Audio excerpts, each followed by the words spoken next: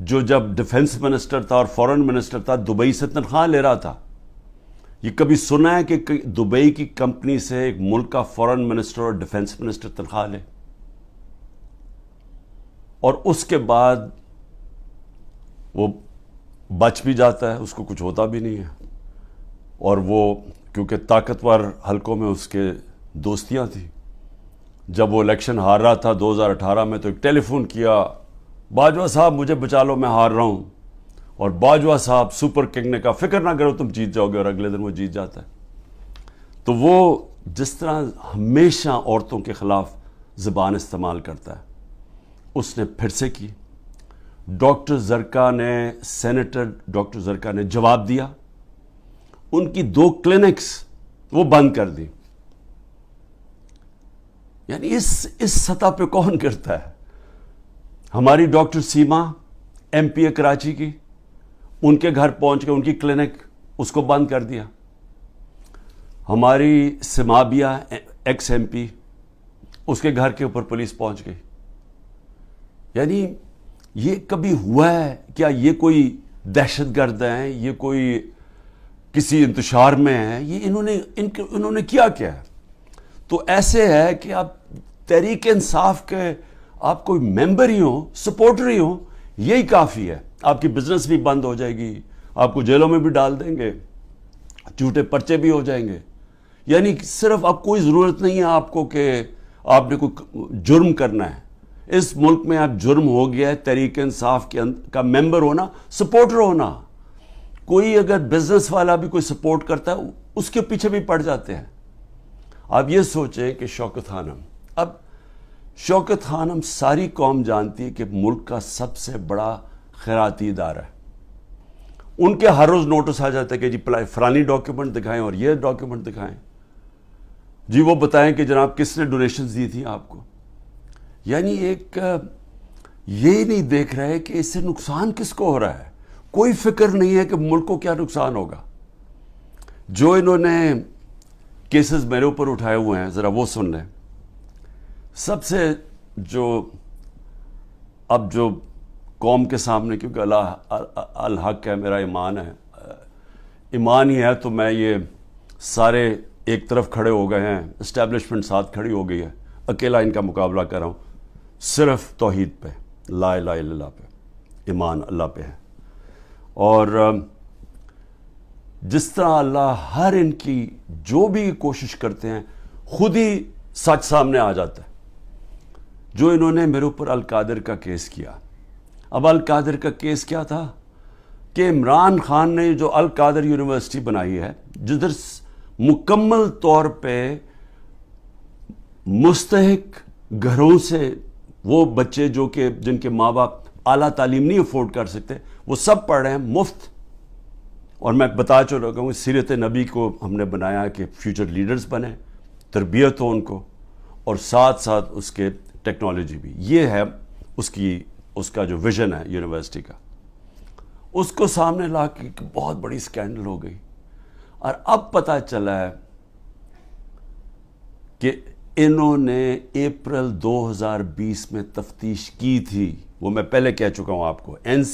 National crime agency England کو رابطہ تھا نیب کے ساتھ.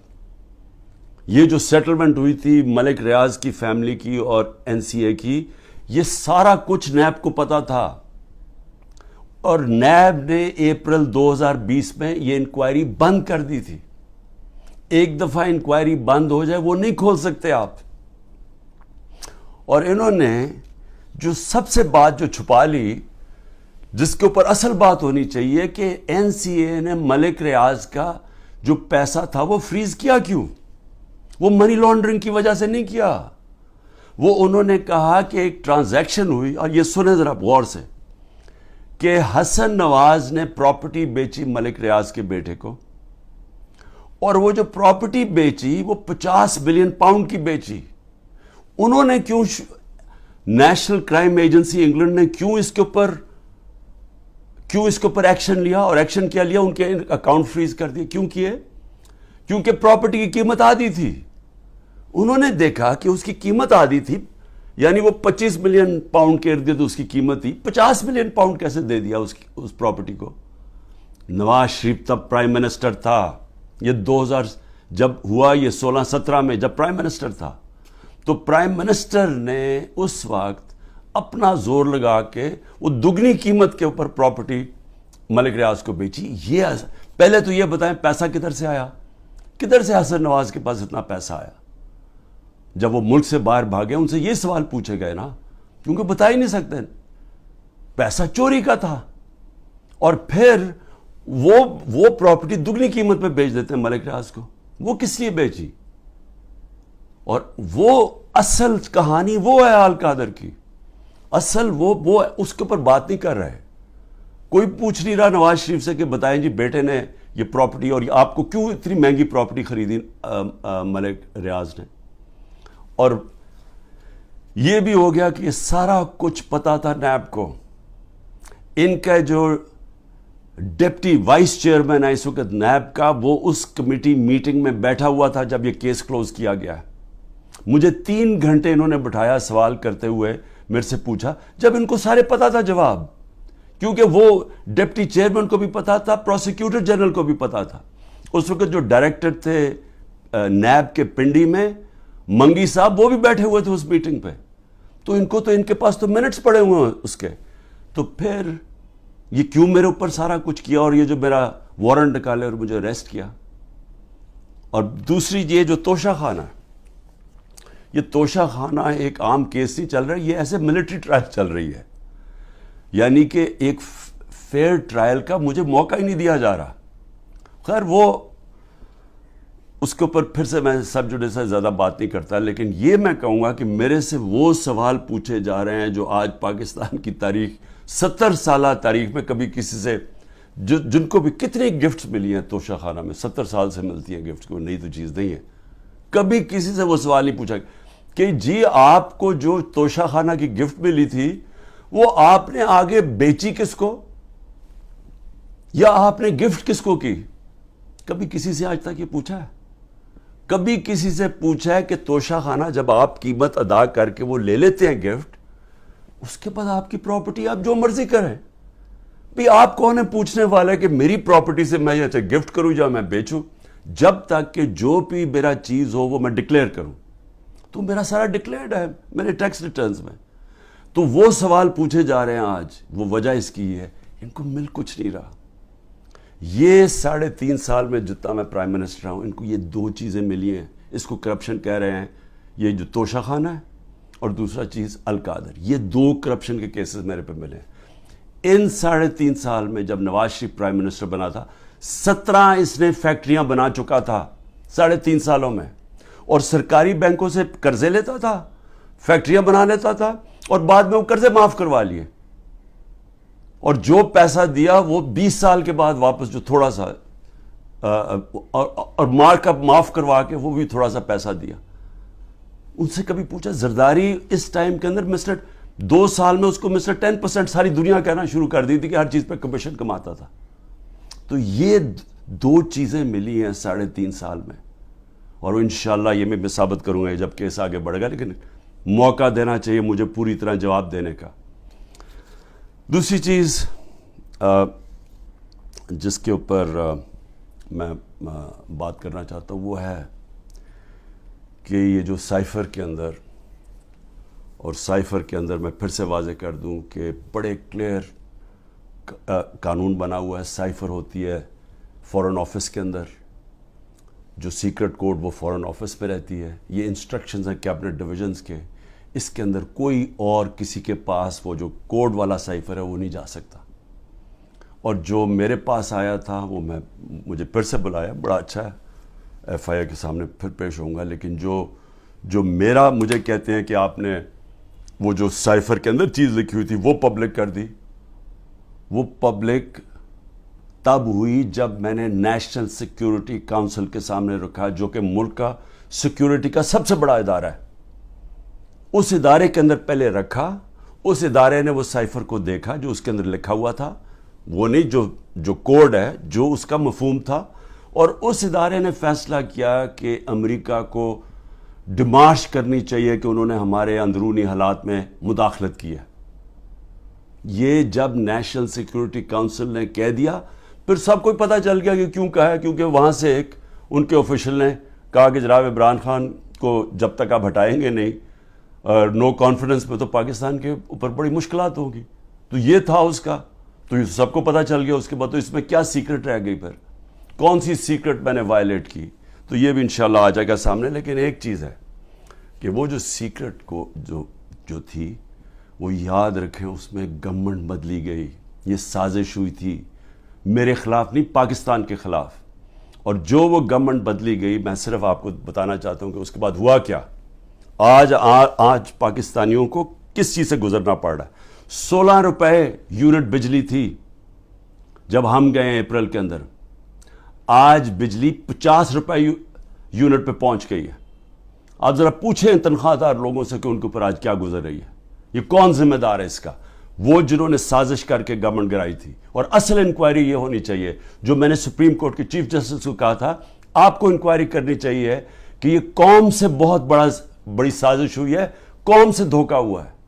اور اس کا ذمہ دار جنرل باجوہ تھا. اور اس لیے کیونکہ وہ تھا، کسی نے جرت نہیں پڑی کسی کی اس کے اوپر انویسٹیگیشن کرنے کی.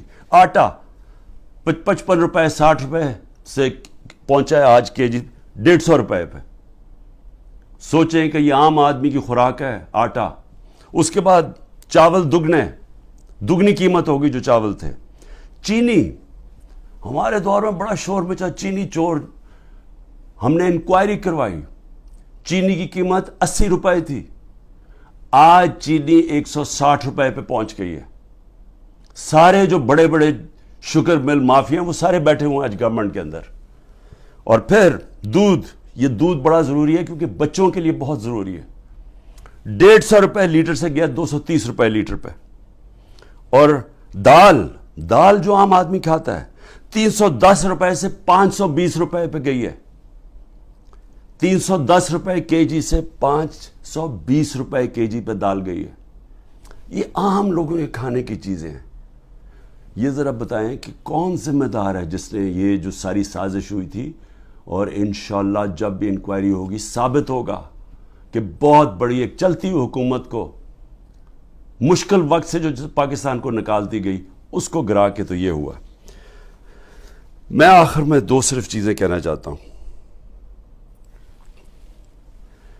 ایک تو میرا پیغام ہے، یہ جو پولیس والے، یہ جو نامعلوم افراد عام پلین کپڑوں کے اندر گھس جاتے ہیں لوگوں کے گھروں میں، سارا گھر توڑتے ہیں، چوری کر لیتے ہیں، جو تشدد کرتے ہیں لوگوں پہ، جو ظلم کرتے ہیں، ٹارچر کرتے ہیں لوگوں کو جیلوں کے اندر، جنہوں نے سوشل میڈیا کے بچوں کو صرف ٹویٹس کے اوپر اٹھا لیا اور ان کو تشدد کر کے واپس بھیجا، جو صحافیوں کے اوپر ظلم کر رہے ہیں. عمران ریاض جو ابھی تک غائب ہے، پتہ نہیں کہ کدھر وہ گیا ہوا ہے. عدالتوں بھی بے بس ہو گئی ہیں، عدالتوں کے پاس بھی وہ بھی ہاتھ کھڑے کر دیے کہ جی وہ پروڈیوس کرو.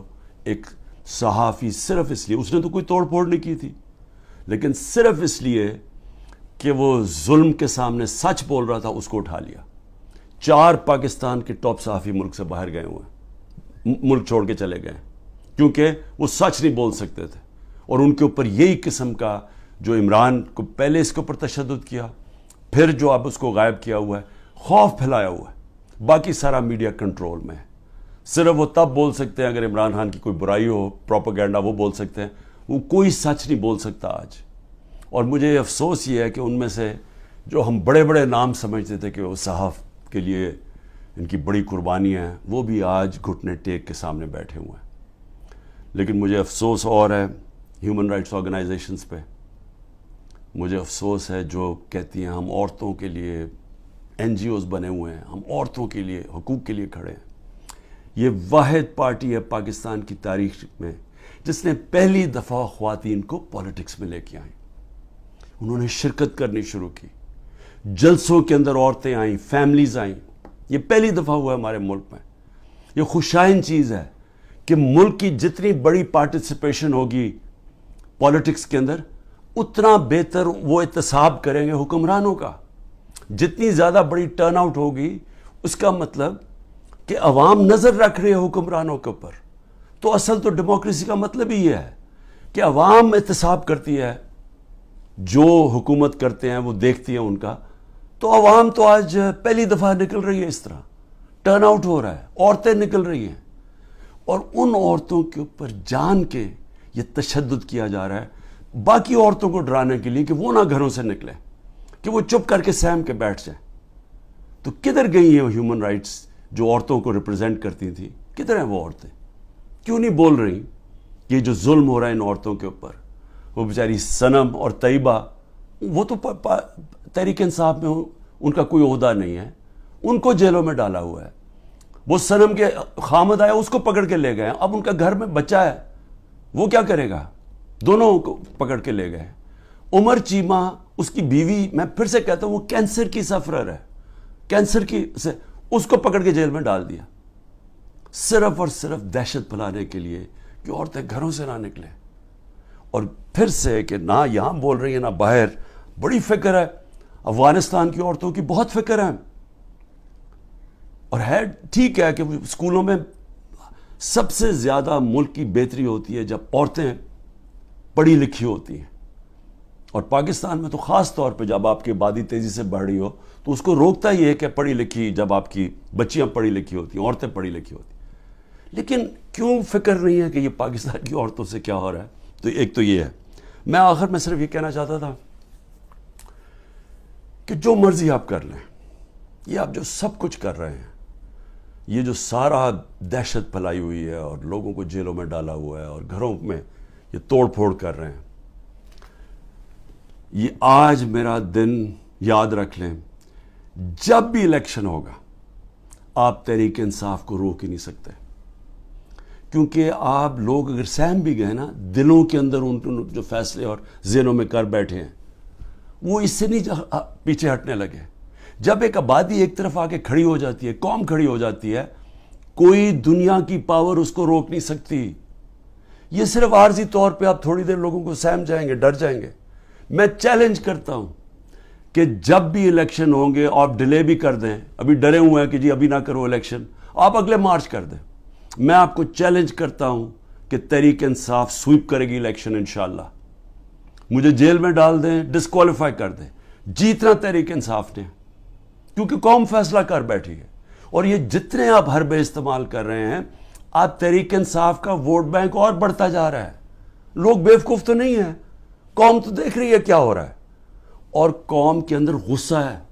ایک معاشی طور پہ ان کا قتل کر دیا ہے, ایک مہنگائی ان کو لے بیٹھی ہے, ایک یہ 30 سال سے وہ شکلیں دیکھ رہی ہیں جو ملک کو لوٹ کے پیسہ باہر ان کا پڑا ہوا ہے, اور پھر ان کے اوپر خوف طاری کیا ہوا ہے کہ جناب ہم آپ مایوسی پھیلائی ہوئی ہے کہ تحریک انصاف جیت نہیں سکتی. عمران خان کے اوپر کانٹا مارا ہوا ہے. کانٹا صرف عوام کسی کے اوپر مارتی ہے, اور کوئی بھی انشاءاللہ جب بھی الیکشن ہوگا, کوئی بھی جب عوام کی رائے طے کر لیتی ہے, فیصلہ کر لیتی ہے عوام, آج تک دنیا کی تاریخ میں عوام کے خلاف کوئی نہیں جیتا. پاکستان زندہ باد.